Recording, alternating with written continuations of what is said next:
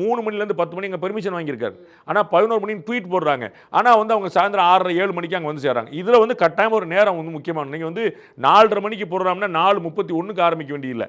4:30 மணி போடுறாங்கன்னா ஒரு 6 6:30க்கே ஆரம்பிக்கணும்ல. நீங்க 4:30 மணி போடுறான்னு சொல்லிட்டு நீங்க மறுநாள் காலை 4 மணி பண்றதுக்கு அப்படி ஏற்க முடியாது. இது காலம் கடந்து வச்சு வேற விஷயம். நம்ம வந்து இன்னைக்கு வந்து ரொம்ப காலம் மாறி இருக்கு.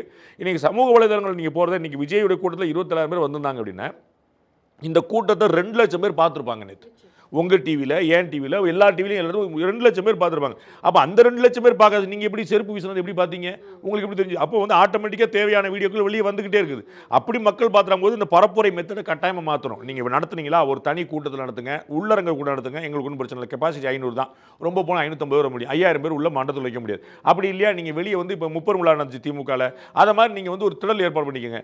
இதே தாவேக்காக 2 மாநாடு நடந்துச்சு, மதுரையில் ஒன்று நடந்துச்சு, விக்ரம் நடந்துச்சு. அதை மாதிரி நீங்கள் தனி எடுத்துங்க. அது ஒன்றும் பிரச்சனை. அங்கே வந்தோமா 500 வண்டி நிப்பாட்டுறதுக்கு இடம், 5000 பேர் உட்கார்றதுக்கு இடம், தண்ணி குடிக்கிற இடம், சாப்பிட்ற இடம் நீங்க வச்சிருப்பீங்க. ஒன்றும் பிரச்சனை. நீங்க 50 ஏக்கர் வாங்க, 200 ஏக்கர் வாங்க. நீங்க ரோட்ல வச்சுட்டு, அதுவும் கடை வீதியில் வச்சுட்டு, அதுவும் மெயின் ரோட்ல வச்சுட்டு பண்றது தான் இது நியாயமற்ற விஷயம்.